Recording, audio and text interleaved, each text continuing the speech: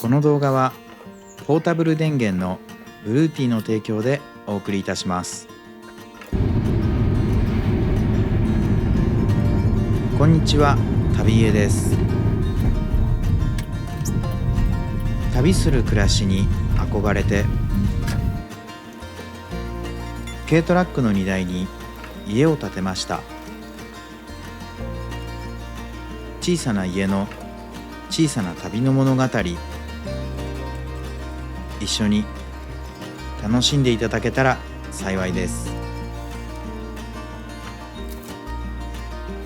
今日は小雨の中、山あいの温泉にやってきました。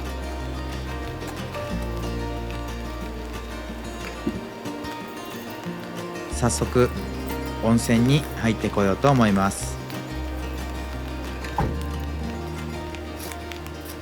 山肌を伝う雨が自然の鼓動のように感じられます。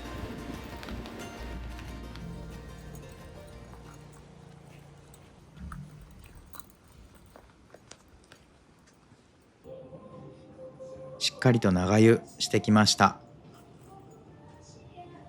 風呂上がりといえばコーヒー牛乳にアイスクリームに飲み物、いろいろあるけど今日は何にしましょうか。君に決めた。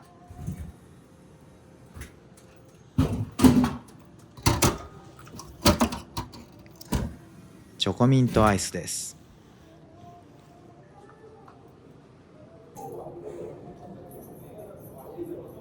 さて、今回の動画はポータブル電源で有名なブルーティーさんの提供でお送りいたします。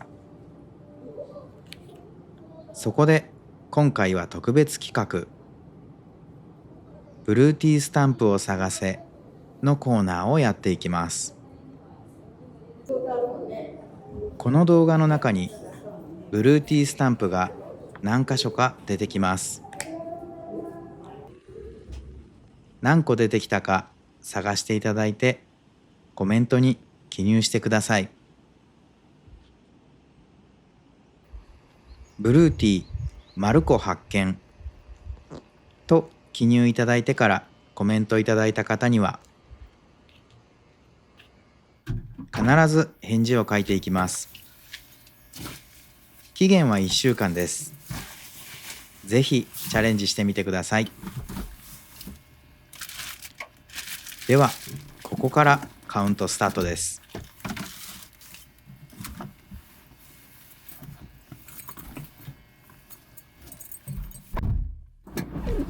温泉も終わったので今日の車中泊スポットに向かいます。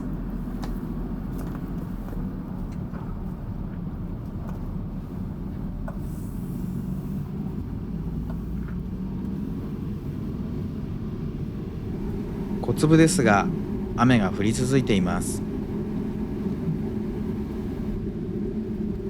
今日はこのまま一晩中降る予報。山の中に降る雨、なんだかしっとりしていい気分なんですよね。つづら折りの山道をぐんぐんと進んでいきます。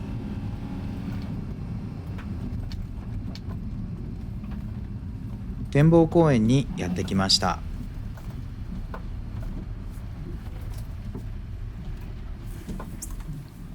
今日の車中泊スポットに到着です。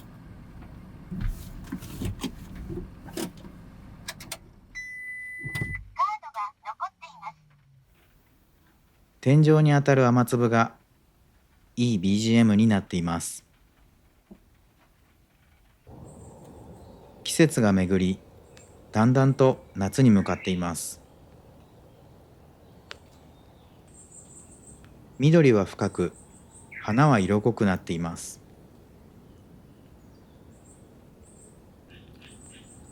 湿った空気がじっとりと体にくっついてきます。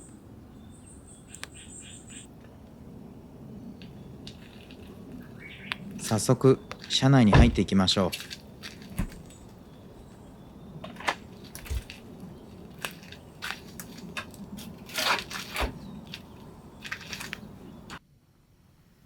車内のカーテン交換してみました。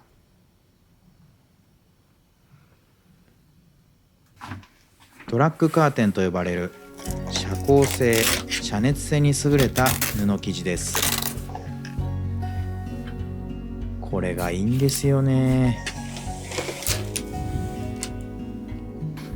開け閉めがかなりスムーズになりました。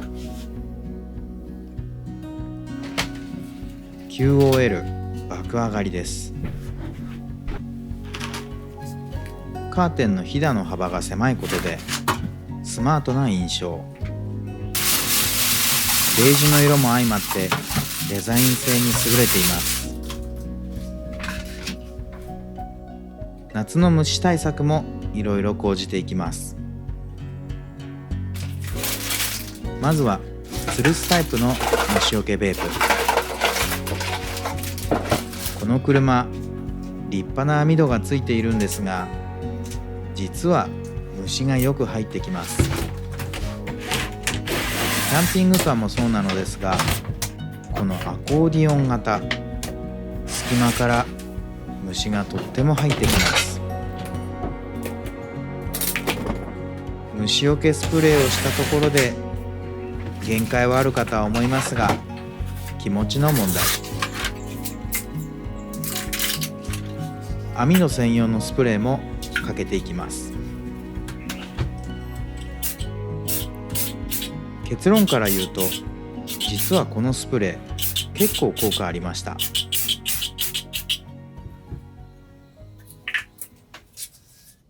さて、今回はポータブル電源で有名なブルーティーさんから新しいかわいいバッテリーをお借りしました。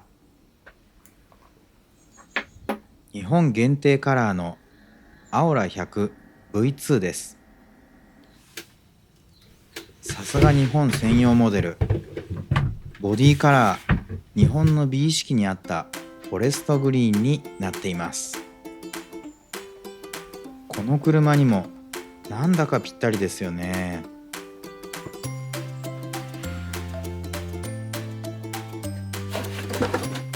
外観をチェックしてみたいと思います。この素材感、なんだか触っていたくなる気持ちのいい感触です。真ん中にあるのは AC 入力ポート。こちらはアース用端子、そしてサーキットブレーカーになっています。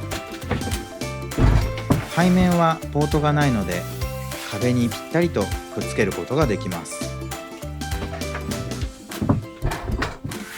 こちらには静音性に優れたファンが設置されています。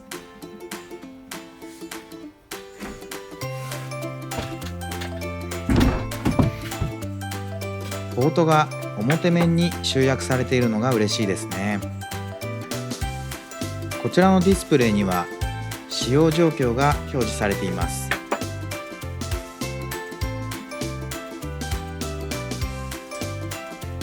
こちらはソーラーなどがさせる DC 入力ポート、シガーライターの出力ソケット、下は DC5521 ポートになっています。こちらには USB ポートが設置されています。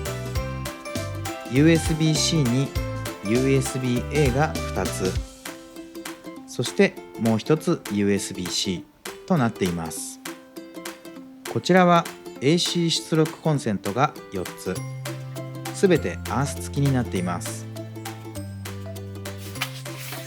さすが日本特別仕様、きちんと説明書も日本語で書かれています。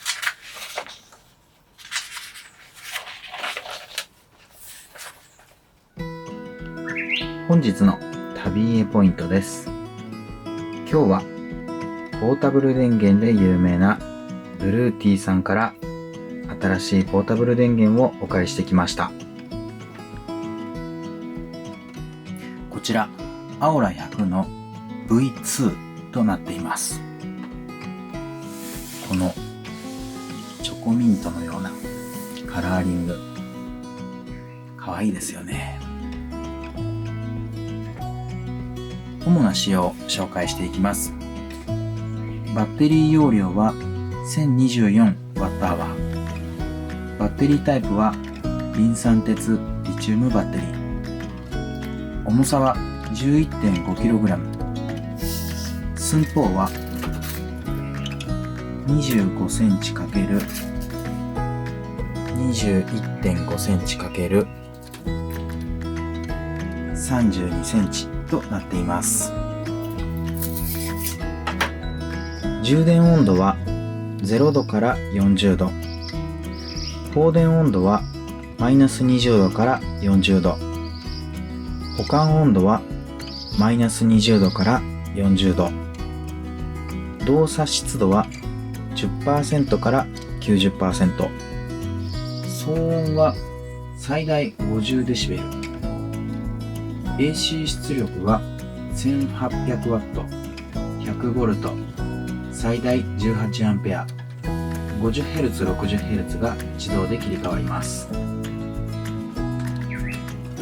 無停電電源装置 UPS に対応しています。切り替え時間は10ミリ秒以下となっています。今日の車中泊はこちらブルーティーさんのアオラ 100V2 を使って思いっきり家電を使いたいと思います。災害時などどのぐらい電力が使えるのか、皆さんも注目しながら見ていただければと思います。以上、旅 A ポイントでした。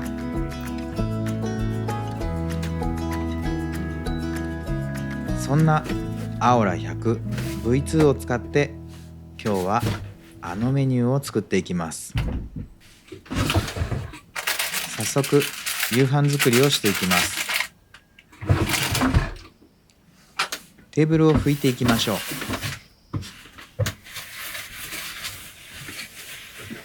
その昔初めてたこ焼きを車中泊で作った回を皆さんは覚えていますでしょうか。今から4年ほど前の春の出来事でした。意気揚々とたこ焼き作りにチャレンジした私。その時は知識も経験も乏しく、たこ焼き盛大に失敗してしまいました。たこ焼きを丸く成形することができずに、そのままたこ焼きプレートにへばりつかせてしまったのでした。結局具材をフライパンに移し、お好み焼きのようなたこ焼きが完成したのでした。あれ以来何度かたこ焼き車中泊で作ってきました。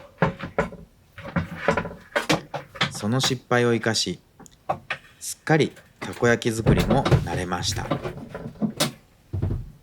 今回もたっぷり電力に余裕のあるアオラ 100V2 を使ってたこ焼き作りに挑戦していきます。試しにたこ焼きプレートの消費電力を測ります。おおむね 800W 消費しています。このまま使い続けると1時間半は使用できそうです。さて、しっかりと前振りをしておきましたので、失敗がないようにたこ焼き作りチャレンジしていきましょう。今回もたこ焼き作りの素を用意しました。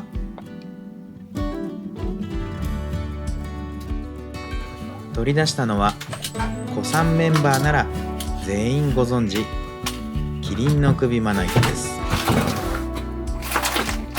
ホットサンドの焦げ目がつき、偶然キリンの首のような模様になったまな板です。こちらで食材を刻んでいきます。まな板シートを敷いておくことで汚れ防止にもなります。まずはタコを一口サイズにカットしていきます。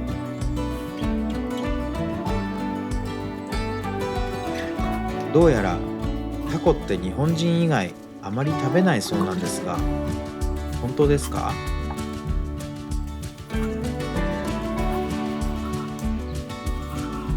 今日のタコ少し大きめ、一口サイズにしましたが、かなり大きくなっちゃいました。便利なたこ焼きセット、粉や天かす、紅生姜などがセットになっています。これを使えばもうたこ焼き作りミスることはないでしょう。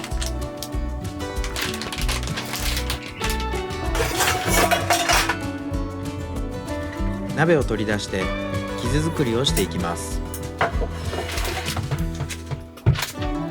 説明書読みますが、まあもう私プロなんで、フィーリング勘でやっていきましょう。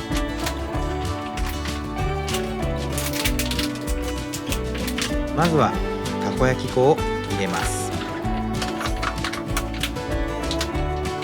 全部使うと後で調整が難しくなるので、少しだけ残しておきます。続いて卵、今日は2個入れていきま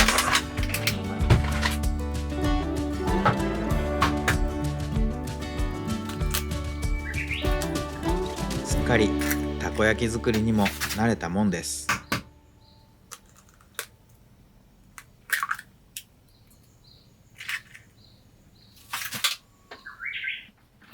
続いて水を入れます。だいたい 500ml ぐらい水を入れておきます。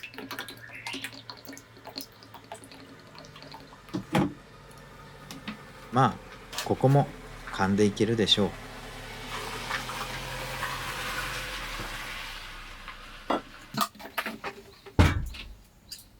あとは粘り気を見ながら長年の勘でやっていけばいいでしょう。ダマが残らないようによくかき混ぜていきます。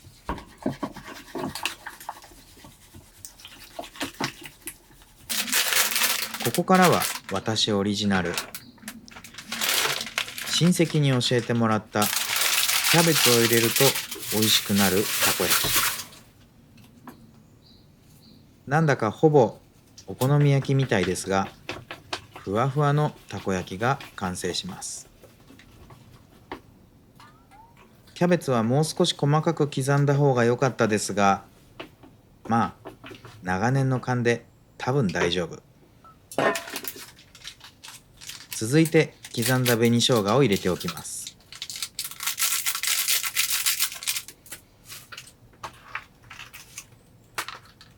最後にネギなどの薬味を入れておきます。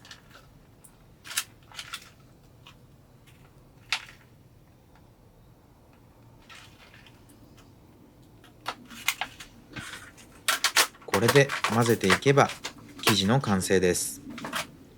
もう成功したと言ってもいいでしょう。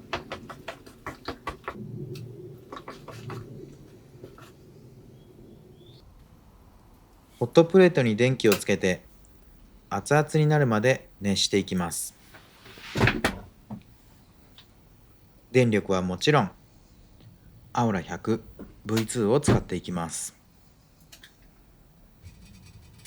よし、しっかり熱くなりました。油を敷いていきます。ここで素人がやりがちなのが油を少なくしてしまうこと。たこ焼きがくっつかないようにするには油をしっかり敷くことがポイントです。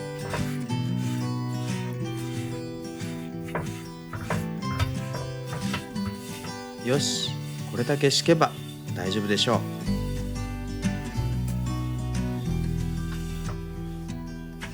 黒光りするたこ焼きプレート、ワクワクしてきます。よし、熱もしっかり持ってますね。さあ、生地を入れて焼いていきましょう。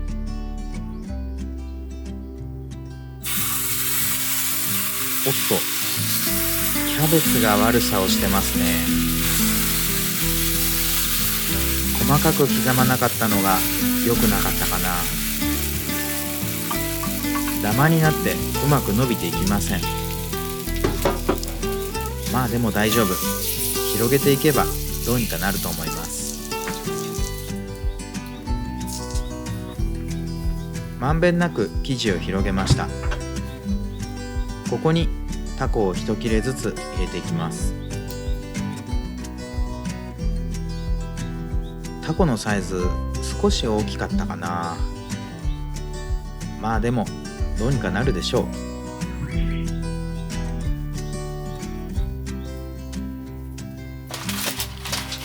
ここに天かすを上からかけていきます。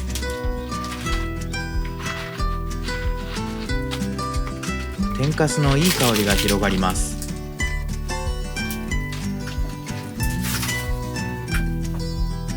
最後に残ったたこ焼き液を注いでいきます。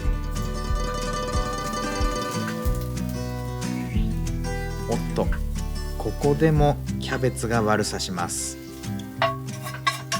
なかなか生地が広がっていきません。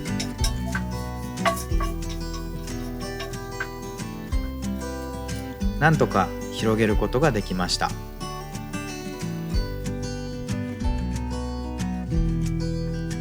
よし、ここまでは順調ですね。ホットプレートは消費量の多い家電製品です。残り 90% なら安心です。今800ワットほどで電力を使ってますので、容量の半分以上の電力を使っているんですけれども、すごく静かです。小さなかすかなファンの音が聞こえる程度で、室内にあっても全然気にならない音量です。また雨がしっとり降り始めました。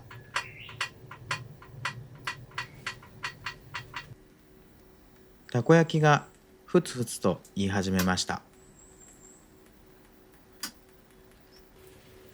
そろそろ切れ目を入れてひっくり返す準備をしていきます。ここからがたこ焼き職人の腕の見せ所です。ホットプレートの溝に合わせて切れ目を入れていきます。しかしここでわずかな違和感を覚え始めました。あれ？ホットプレートからたこ焼きが剥がれない。何度箸を通してもなんだかうまくいきません。へばりついてる。嫌な記憶が頭をよぎります。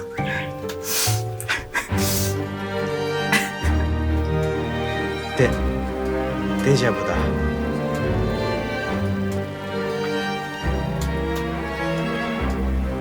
しばらく格闘しましたが、どうしてもたこ焼きが剥がれません。ダメです。敗北宣言です。4年ぶり2度目のたこ焼き大失敗です。くよくよしてはいけません。なんとかリカバリーをしていきましょう。そうだ、アウラ100の消費電力約 20% ほど使った感じですね。明日の朝までの1泊2日旅ならまだまだ十分使えそうです。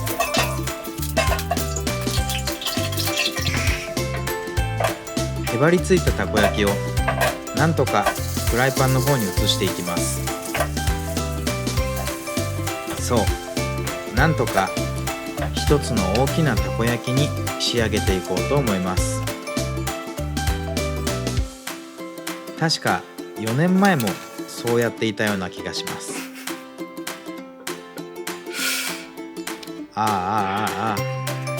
ひどいもんです。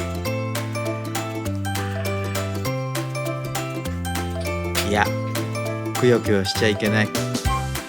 これも車中泊の楽しみです。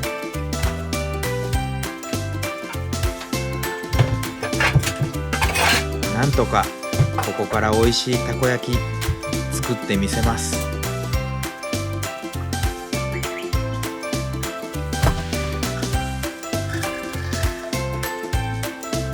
3分ほど焼き目をつけました。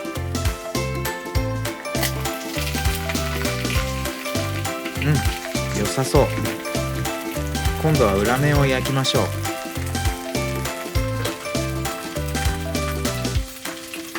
う。なんとかうまくひっくり返せるかな。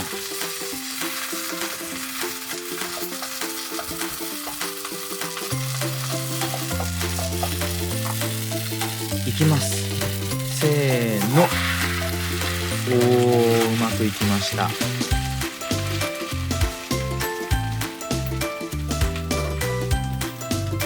これであと 2,3 分焼けば完成かな。焼き上がりました。お好み焼きではないですよ。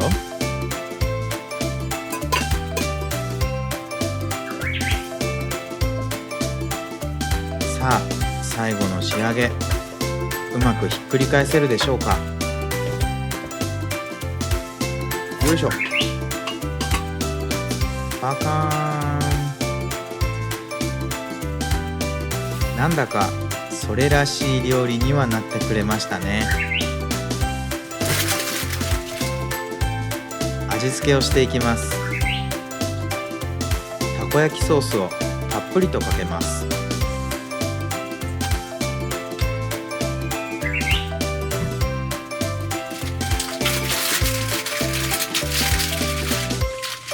続いて鰹節。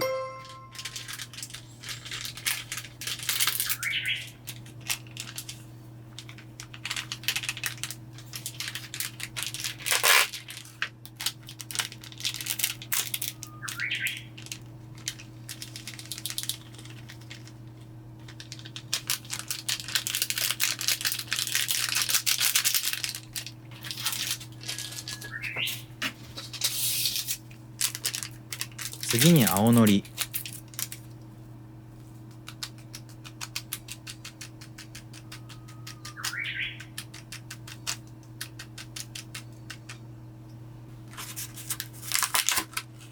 ネギをトッピングします。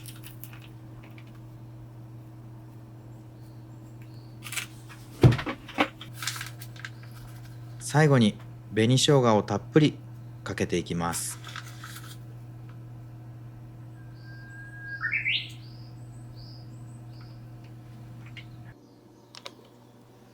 巨大たこ焼き完成です。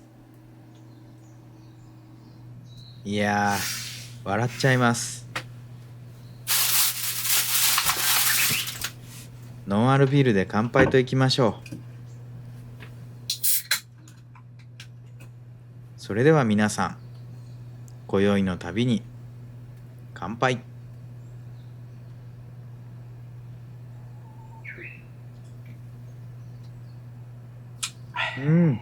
美味しい。さあ、巨大たこ焼き、お味はどうでしょうか。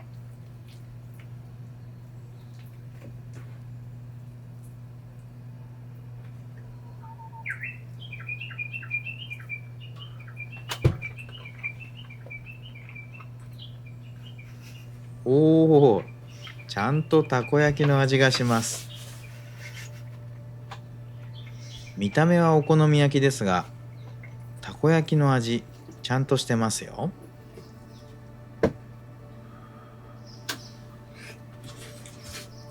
しかし4年ぶりにこんな大失敗をしました。たこ焼き、奥が深いですね。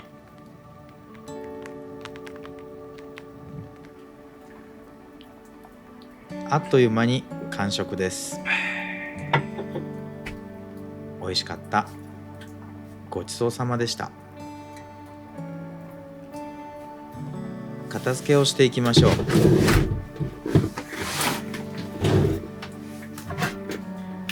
洗い物の量がえらいこっちゃです。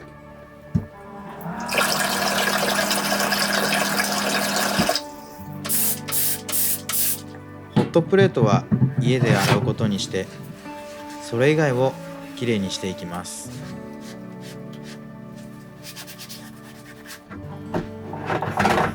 たこ焼きリベンジ、いつか必ずやりたいと思います。上手にできるコツ、ぜひ教えてください。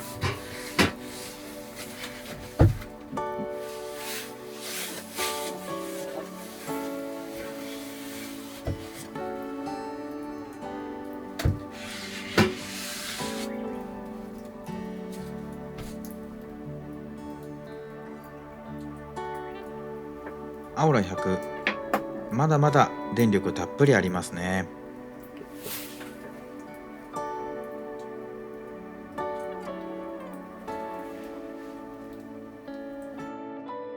メンバーシップの皆さんとライブ配信をするので、電力をこちらで賄ってみたいと思います。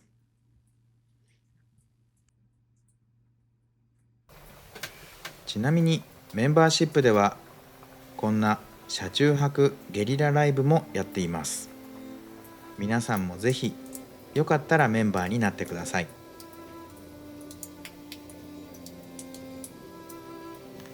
1時間ほどたっぷり電力を使ってライブ配信をしました。ライブ配信今夜も笑いました。消費電力は 5% ほど。ホットプレートなどとは違い、電力はさほど消費しませんでした。パソコンや携帯電話、災害時や緊急時など、こういった家電がいつも充電できるのってとても大事ですよね。1000ワット級のポータブル電源を持っていると、そのあたりは十分充電できると思います。災害などの備えとしてポータブル電源を1台は持っておきたいところですね。さて、寝る準備をしていきます。お着替え忍法いきましょう。忍法、着替えの術。よし、着替えれました。布団を敷いていきましょう。夏用の寝袋を持ってきました。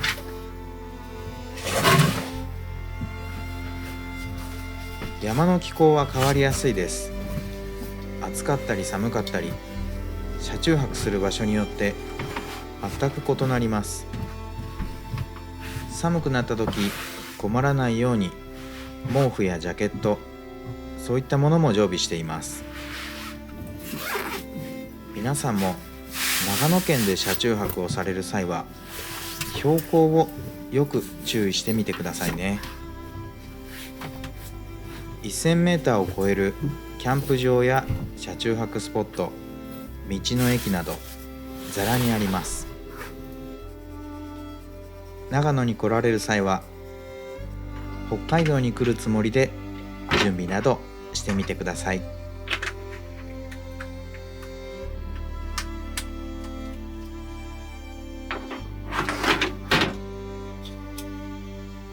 よし、寝支度も終わりました。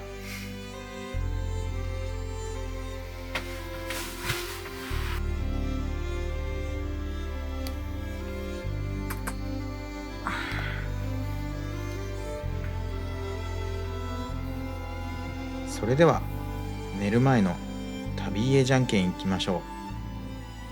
旅家じゃんけん、じゃんけんぽん。私はチョキを出しました。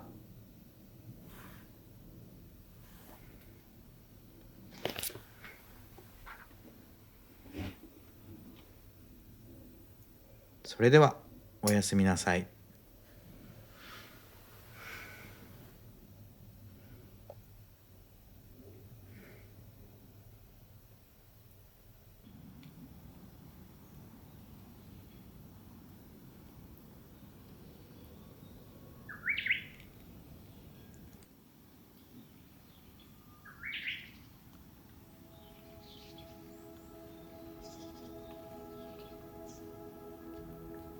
朝になると霧雨が降っていました。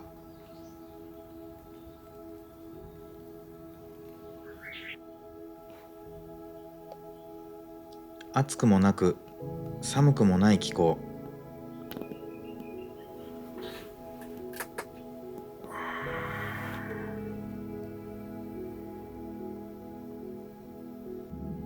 室内23度でした。布団を片付けていきます。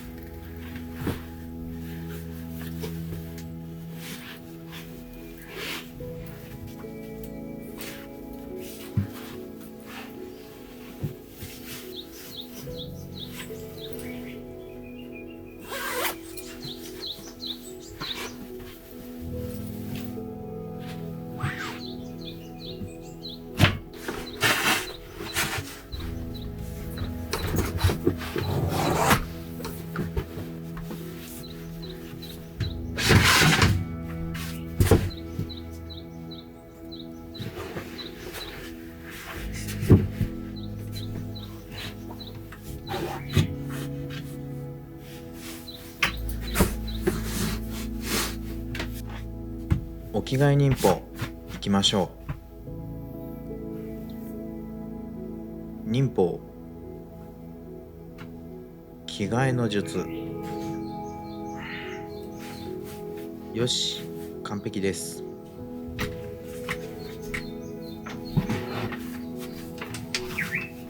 朝食を作っていきましょう。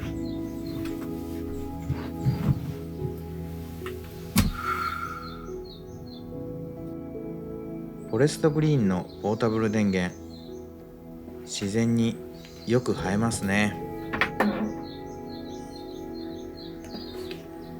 残り電力は 75% ほど。余裕を持って調理ができそうです。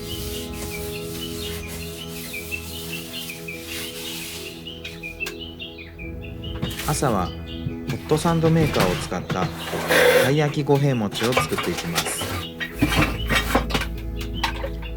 たい焼きプレートにお餅を入れ、さらに五平餅のごま味噌を塗って作る料理です。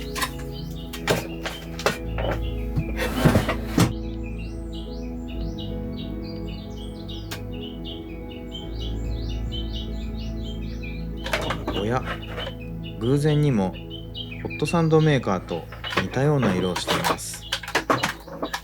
親子だったんでしょうか。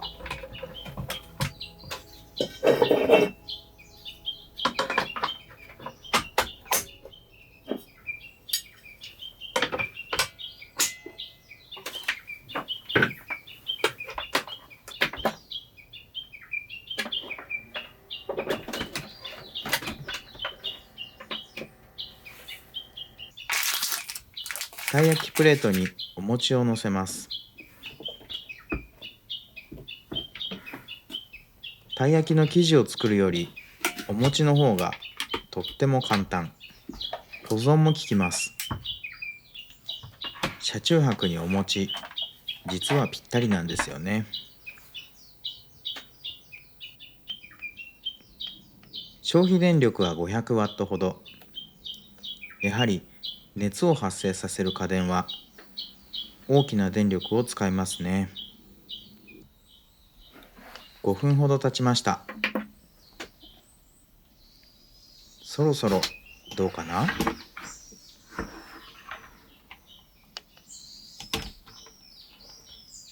まだですね。じっくり待つとしましょう。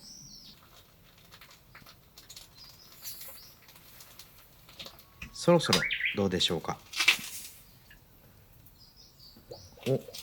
あと少し。あと少しで完成です。パチパチとお餅がはじける音、食欲をそそります。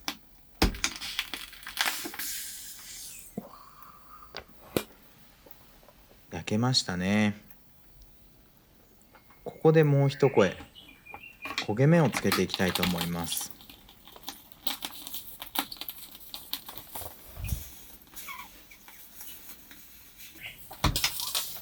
ホットサンドメーカーが壊れそう。そろそろ頃合いでしょうか。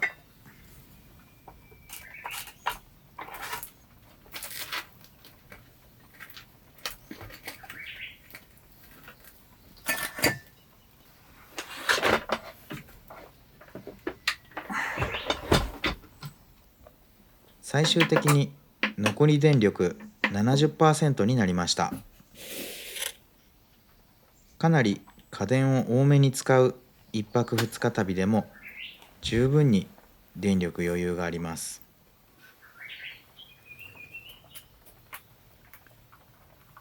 たい焼きにごま味噌を塗っていきます。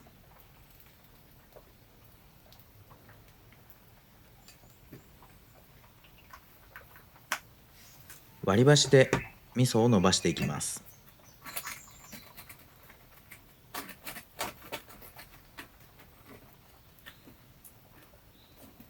この伸ばした箸はそのまま持ち手になります。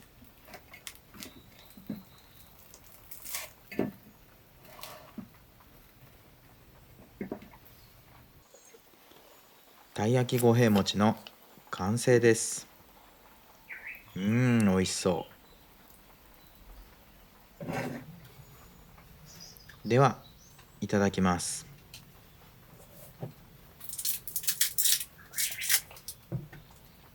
今日の飲み物は豆乳です。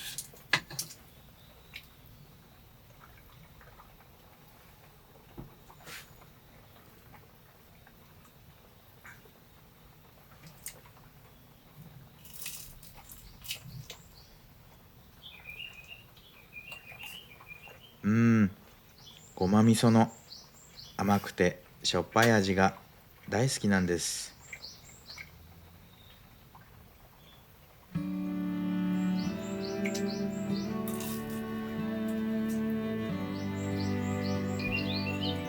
今回はアオラ 100V2 を連れて1泊2日の車中泊を楽しんでみました。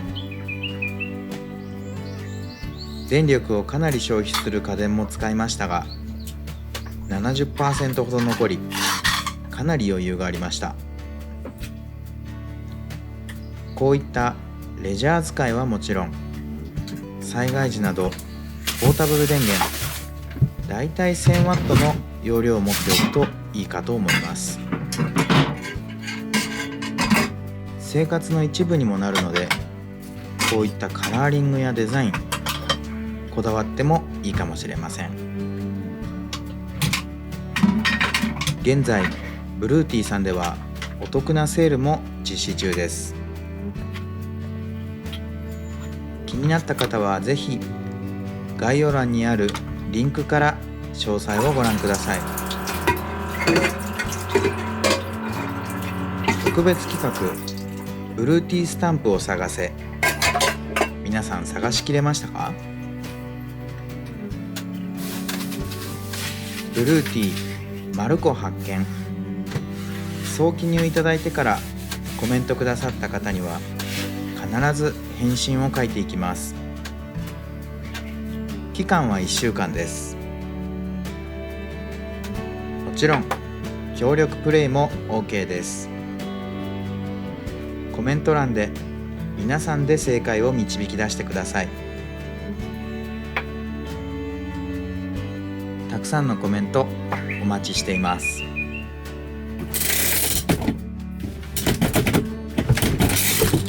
今日の物語はいかがだったでしょうか？小さな家の小さな旅の物語はこれからも続きます。チャンネル登録やベルボタンを押して最新話をぜひご覧ください。X、Instagram、TikTok なども運営しています。メンバーシップでは皆さんとの交流を楽しんでいます。詳細は概要欄をご覧ください。それでは次の旅でまたお会いしましょう。